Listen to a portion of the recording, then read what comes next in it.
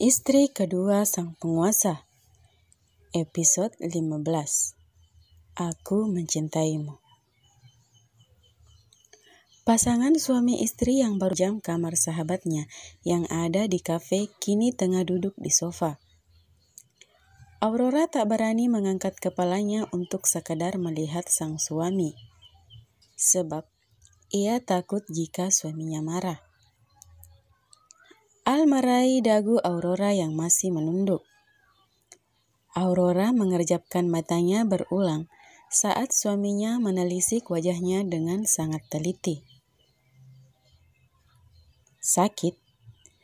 Tanya pria itu lembut, masih memegang dagu Aurora. Ia merasa kesal karena ada orang yang sudah berani menyakiti istri dari seorang Alvaro. Tunggu. Orang kan tidak tahu kalau dia istri lo, Bambang. Skip, oke. Enggak kok, Mas. Aurora sedikit berbohong. Namun siapa yang menduga? Tiba-tiba Al menekan keras pipi Aurora yang lebam hingga istrinya berteriak cukup keras. Astaga, kenapa dia menekannya seperti itu? Kan sakit. Dasar tidak berperi kemanusiaan. Jangan mengumpatku. Aurora tersentak. Apa suaminya ini punya kekuatan bisa membaca pikiran orang lain?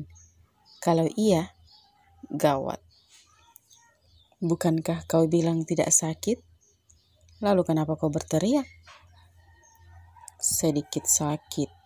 Lirih Aurora. Jari jemarinya sedang bertautan di bawah sana. Entah kenapa, ia merasa sedikit takut jika suaminya sudah memasang mode dingin bak kulkas. Sudah itu datar pula. Aurora dapat mendengar suara hembusan nafas kasar suaminya. Ia sedang menantikan ceramah seperti apa yang akan ia terima dari sang penguasa ini.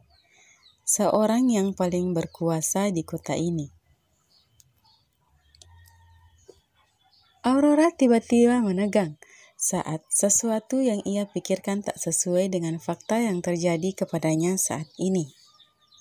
Ya, suaminya yang tampan, bahkan sangat tampan dan mempesona itu memberikan kecupan di semua luka Aurora, membuat wajah Aurora memanas.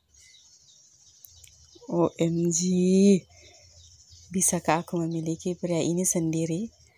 Aku tidak mau berbagi dengan wanita lainnya. Dia selalu membuat jantungku berpacu kencang. Mbak Jenny, aku mohon jangan kembali. Itulah doa yang dianggap konyol oleh Aurora sendiri. Bagaimana bisa doa itu tiba-tiba terucap dalam hatinya? Jangan terluka lagi, sayang. Al langsung memeluk istrinya. Aurora tersenyum malu. 4 kata itu membuat Aurora serasa ingin jingkrak-jingkrak saat itu juga. Happy karena ada yang peduli padanya. Dan seseorang itu adalah pria yang dikenal dingin, namun siapa sangka ternyata sangat manis.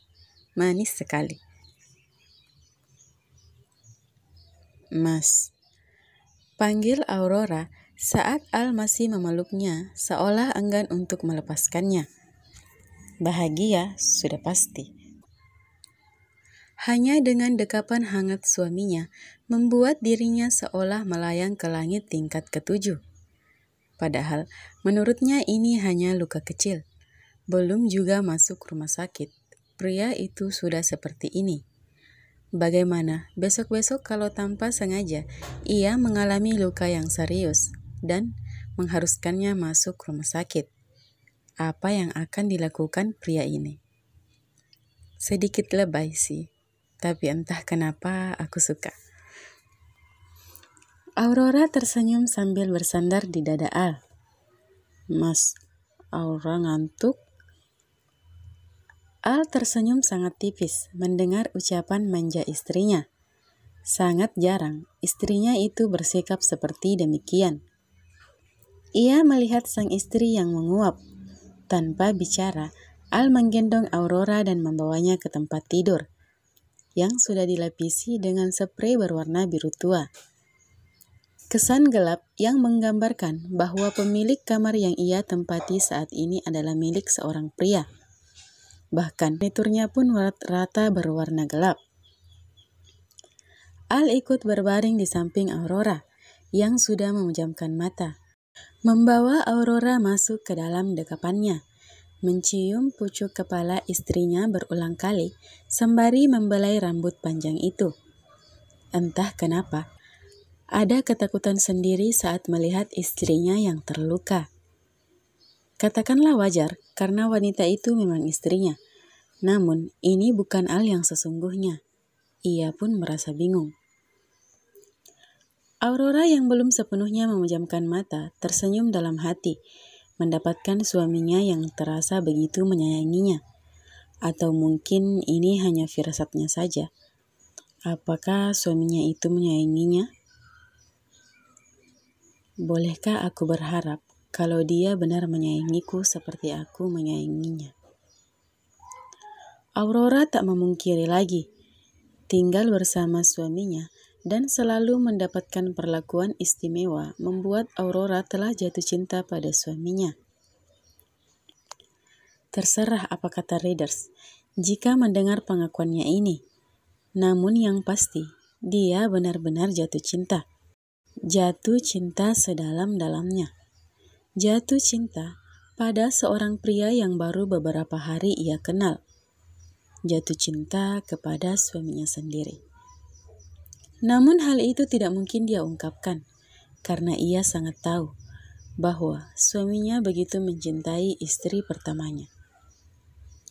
Aku mencintaimu, Mas. Maaf kalau aku lancang. Aurora mengeratkan pelukannya, dan hal yang sama pun dilakukan Al, hingga mereka berdua terlelap dengan senyuman indahnya. Jason dan Rebecca pulang ke apartemennya setelah mendengarkan perdebatan Kimi dan Ethan. Sesampainya di sana, Jason langsung memeluk Rebecca sembari meminta maaf. Yang, aku nggak apa-apa kok, serius. Rebecca membelai rambut hitam suaminya yang masih memeluknya. Rebecca membawa Jason untuk duduk di sofa. Maaf Yang, ini salahku. Aku yang tidak bisa menjagamu sampai kau terluka seperti sekarang. Jason masih enggan melepaskan pelukannya. Ia merutuki dirinya karena sudah membuat istrinya dalam bahaya. Ia tidak terima. Ia akan membuat sesuatu untuk membalas itu. Apalagi setelah mengetahui bahwa Lola selalu mencari masalah dengan istrinya. Sudah ya sayang, istirahat yuk. Rebecca tersenyum kecil melihat kelakuan suaminya yang sedikit kekanak-kanakan. Tapi seperti inilah suaminya jika bersamanya. Ia akan menjelma menjadi sosok yang manja, bahkan sangat manja seperti anak TK. Di sebuah rumah mewah. Pi, apa kabar dengan putra kita? Apa dia sudah melupakan mamanya sampai-sampai dia tak pernah menelpon? Ucap Dewi, Mami Al. Mami seperti tahu saja kelakuan putramu itu. Jawab Brikolas, Papi Al. Dia juga putramu, Pi. Ujar Dewi. Iya. Kenapa nggak Mami aja yang telepon dia duluan? Ujar Brikolas memberikan pendapatnya. Ya udah deh, Mami dulu ya. Dewi pun mencoba menelpon putranya. Namun sayang, tak ada jawaban. Tuh kan, nggak diangkat. Papi, rengek Dewi saat lagi-lagi putranya tak menjawab panggilannya yang entah sudah berapa kali. Sabar Mi, mungkin Al lagi sibuk. Brikolas membelai rambut wanita yang paling dicintainya itu. Wanita yang selalu cantik di matanya, meski umurnya bisa dikatakan tak muda lagi. Namun kecantikannya masih terpancar sangat. Sibuk terus. Kapan kita punya cucu kalau begini, Pi? Al dan istrinya selalu sama-sama sibuk. Anak itu membiarkan istrinya meniti karir di luar sana dan keluarganya. Dan meninggalkan keluarganya. Miris sekali. Oceh Dewi dengan wajah ditekuk. Iya, mau bagaimana lagi, Mi? Kita sudah menasihati tapi tak didengar. Rikolas dan Dewi sebenarnya sangat menentang hubungan Al dan Jenny. Karena Rikolas tahu bahwa wanita itu bukan wanita baik-baik. Sepak terjangnya di dunia malam sangat mengganggu pikiran pria parubaya itu. Tapi melihat sang putra yang begitu mencintai wanita itu, Rikolas tak bisa berbuat banyak. Meski ia mengantongi cukup banyak bukti yang bisa saja membuat mereka berpisah, namun ia membiarkannya. Rikolas ingin melihat sejauh mana putranya bisa mengatasi persoalan rumah tangganya. Rikolas dan Dewi hanya berharap suatu hari putranya sadar bahwa pilihannya salah.